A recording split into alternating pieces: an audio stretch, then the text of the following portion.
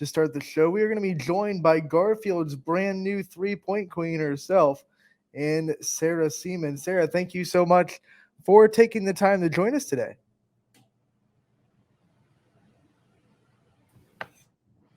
Thanks for having me. Sorry. Good. When go through this moment last night, you came into the game, you needed 1-3 to tie, 2 to take the record. I know it's hard to keep that out of your mind, but how did you try to focus on the game and not focus too much on breaking that record? I started the game not so hot. Like, I had that mindset coming into the game, like, it's just 2 threes. I do that all the time. I can come in, knock 2 down, and then fourth quarter rolls around, and I'm like 0 for 8 from deep, and I was like, maybe this is not meant to be tonight. And I just said like a little prayer on the bench before fourth quarter started, and I just knocked those first 2 threes down. It was pretty much back-to-back threes I knocked down, and then it just felt so good to get it off my plate and just get it out of the way with. Rewinding back a little bit and just looking at this from a grand scheme of things, when did this start becoming a realistic goal for you and one that you started setting out for? And how far back did you look at this and say, I can accomplish this?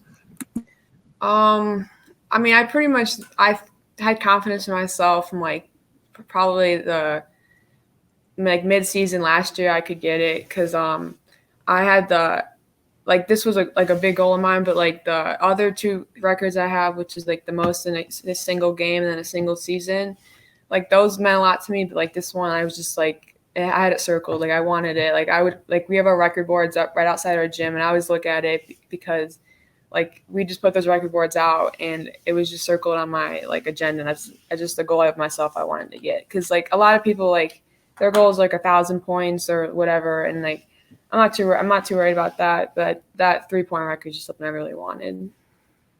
And to cap it all off, I mean, it worked out that you got to do it at home in Garfield in front of your home crowd. What did that kind of feel like, the way it worked out, you able to do it in front of everybody that's supporting you and have that moment inside your home gym?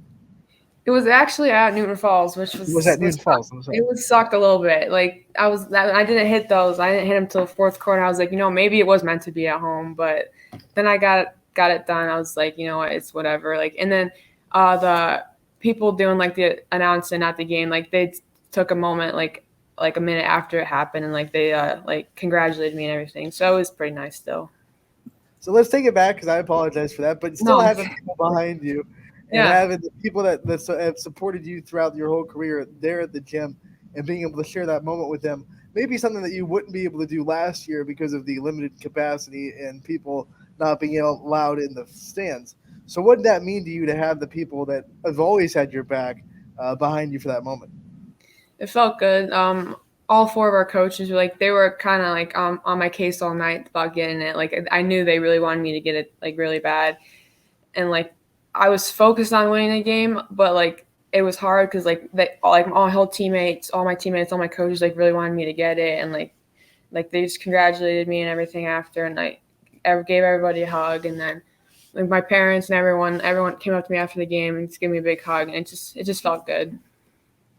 Looking at it and looking at your play style, is there anybody in the professional college ranks or any other girls that were at Garfield before you that you kind of not copy your play style off of so much as take from or kind of model your play style after? Not really. Like from Garfield, Madison Geddes was the girl that had all 3 of those records that I broke. And I remember growing up watching, like when I was in 5th, 6th, 7th, 8th grade, watching them play at regionals and all that. And she was a knockdown shooter. I remember that vividly. And then playing with like Grace Mills, probably the best player to ever come through Garfield. She was always a good shooter. Her shooting percentage was probably better than mine because she just rarely missed. And just playing with her, and then growing up watching that loaded team in 15, 16, it played a big part of it. And as a team, you guys were able to get the big win over Newton Falls, and it came off of a very big win the last week in the Holiday Hoops tournament to close out that tournament in the South Range. You guys got the win to close out the weekend there. So now 2 wins in a row. How much momentum does this team have going forward? I think it's big. I think the Holiday tournament was big for us. I mean, I know we lost on pretty much a buzzer beater to Fort Fry in the first night, but like before that, like our 5 losses we have are like it's crazy, like that margin of like victory that other team has, because like we're in every single game. And like I don't want to be known for that. Like I keep hearing it, like, you know, like Garfield, like they just can't pull out that victory in the fourth quarter, because like we go into each game up in the fourth quarter and we've lost every single one. And so beating Nordonia on Wednesday was just huge, and just finishing out that fourth quarter. So I think we had a larger lead against Fort Fry on Tuesday than we did against Nordonia on Wednesday, and we just got the job done. And then Newton Falls, we just kept the gas on the pedal the whole time. Talk to me a little bit about your relationship with Coach Gilbert, as well as some other people that have served as huge inspirations for you in your career. Coach Gilbert, he's like my sidekick. He's like one of my best friends. He's just my mentor and everything. I love him, and like I love all my coaches, but he's different. He's my AU coach too, and like we're like so close, and we both just love the game of basketball so much, and I think that's like why we're so close. And like we'll just watch games, like AU will go down, we can sit in the gym for like 7 hours, like, and just watch basketball games together. And I think it's just big having like that support group behind me and just keeping my confidence up. And like even Coach Cardinal, Andy Cardinal, I love him too. Taylor, she was actually joking around with me last night because I kept missing my shots and everything. And she was just making me really mad. And she was like, Sarah, the reason you got the 3-point record tonight because I was making you really mad and I was taking you off. And so that's why you got it. This is kind of funny. You're obviously one of the leaders of this team, but there's so much leadership on this Garfield team this year. Talk about what you guys have done as leaders of the team to kind of guide everyone through the hills and the valley of the season that you've already talked about. Yeah, I try to lead by example a lot. I think I do a good job of that, but sometimes like leading by voice, I struggle with that, and like I shut down sometimes, like when things aren't going our way, and that's just something I want to improve on. And Coach never named captains to start he never named captains for our team, so I just feel like we all just kind of took it in our own hands just to have everyone lead like in what they can do. Like I think Madeline Shirky and Caitlin, like they lead on the defensive end. Like if something's not going right on defense, like Madeline will like come up to you and like she'll yell at you and like set you straight like what you need to be doing. And if like I see something on the offensive end, like if we're not running a set right, I just think it's my job to like get us in that right set and just to know what everyone's doing on the floor.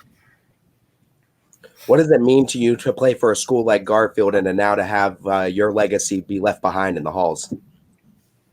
I think like Garfield's like we're obviously one of the powerhouses in Portage County or Northeast Ohio, and I've been blessed to like just grow up around this in community for like my whole life, and just watching all those powerhouse teams and being a part of those powerhouse teams. Last year we made it to Sweet 16, and honestly, I didn't know if that was a realistic goal. Like when freshman year, like we can make it to Cuyahoga Falls, and we did.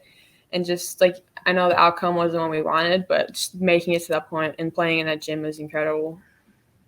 Sarah, before we let you go, I want to give you the chance to kind of shout out all your support system, the people that have had your back throughout your whole career, and how much they mean to you. They mean a lot to me. Shout out to my mom and dad and my twin sister, Sydney. Sid, like I know we fight a lot on the court because we're twins and everything, but she's always there for me. And if I want to go up to the gym and need a rebounder, she's always the one going with me, and my mom the same way. All my teammates, they're always like they were so supportive of me last night, and it's been supportive of me my whole career. And then obviously all my coaches, like I've never really had a bad coach, I can say, and like they've always been behind me. You didn't pull a switcheroo for this interview, right? This is Sarah, not the twins. Yeah, yes. Sarah, thank you so much for joining us today. We are so grateful that you were able to join us. Congratulations on the record in 169 threes in the career and counting. Continue to shoot, and we'll look forward to talking to you again real soon. All right. Thank you, guys. Thank you.